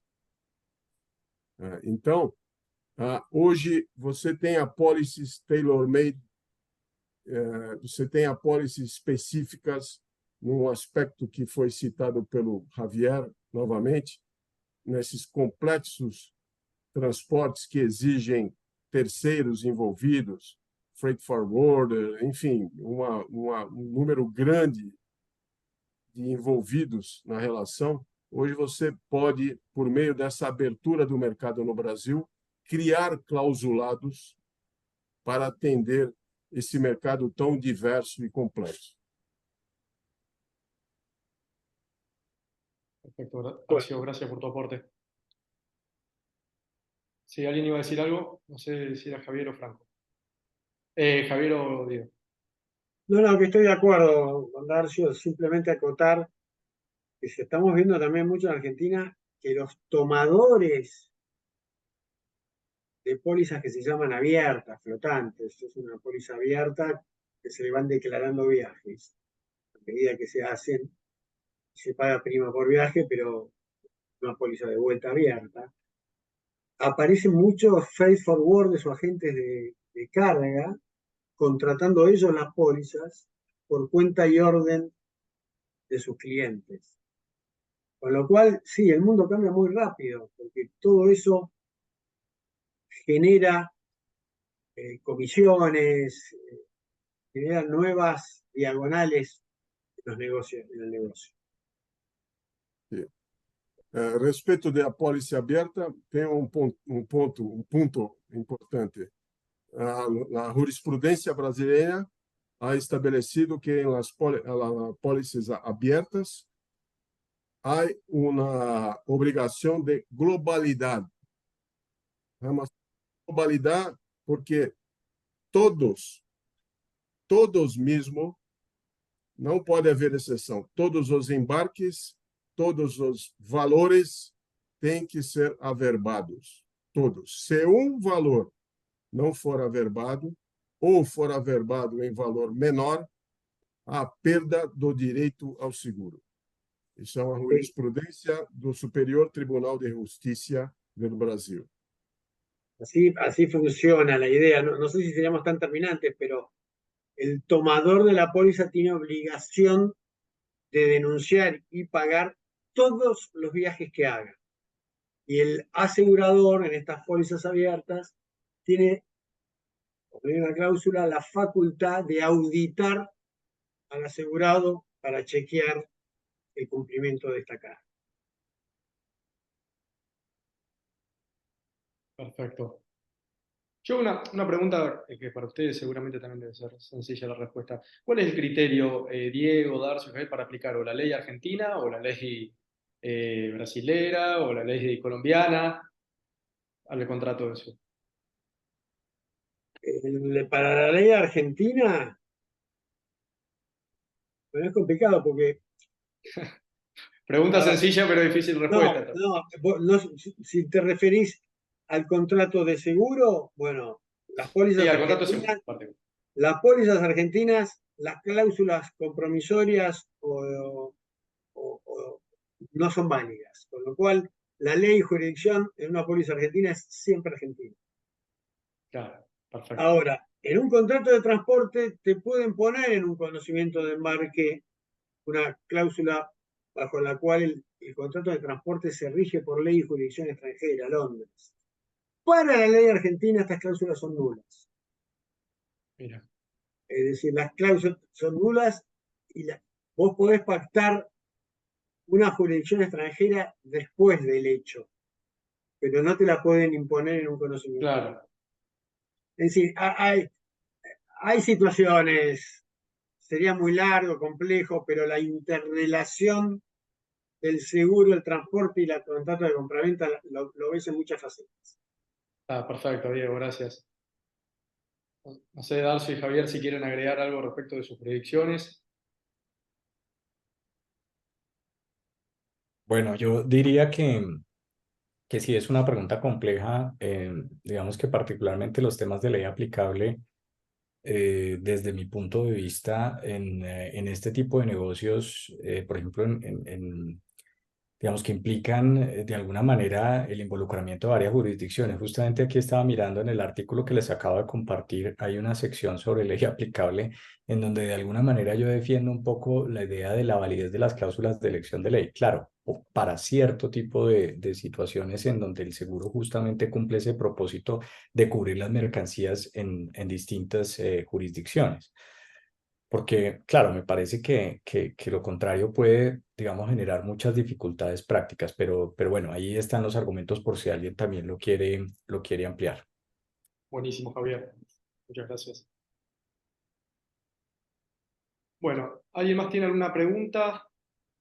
¿Alguna opinión? ¿No? Bueno, ya estamos en horario, así que vamos a ir finalizando la jornada. Nuevamente les quiero agradecer, especialmente a los tres expositores. De verdad han tenido una predisposición absoluta. Es el primer momento que nos hemos contactado con ellos. Agradecerles en nombre de toda la Comisión de Jóvenes del SILA. Y bueno, a disposición, por supuesto, para lo que necesiten. Y en caso de que quieran luego el resto, también agradecer, por supuesto, a la audiencia presente y pedirle a los expositores si desean luego pasarnos los PowerPoint o las filminas, por si alguien de las audiencias les puede llegar a servir. Les agradecemos muchísimo. Sí, gostaria de também agradecer. Coloquei à disposição, Carlos, para você, mandei para você artículo a respeito Perfecto. de proyecto del nuevo Código Comercial Buenísimo, brasileño Darcio. para compartir con los amigos. Me gustaría Buenísimo. también de recibir de ustedes también material para analisar, estudiar, en fin, conocer más respecto de derecho en vuestros países. Buenísimo, Darcio. Muchísimas gracias. Un Bueno, gusto. muchísimas gracias. Muchas gracias por la Muchísimas gracias a invitación. todos. Un gusto y damos así por finalizada la jornada. Hasta Gracias la a todos. Chao, Hasta luego. que estén bien. Buena tarde.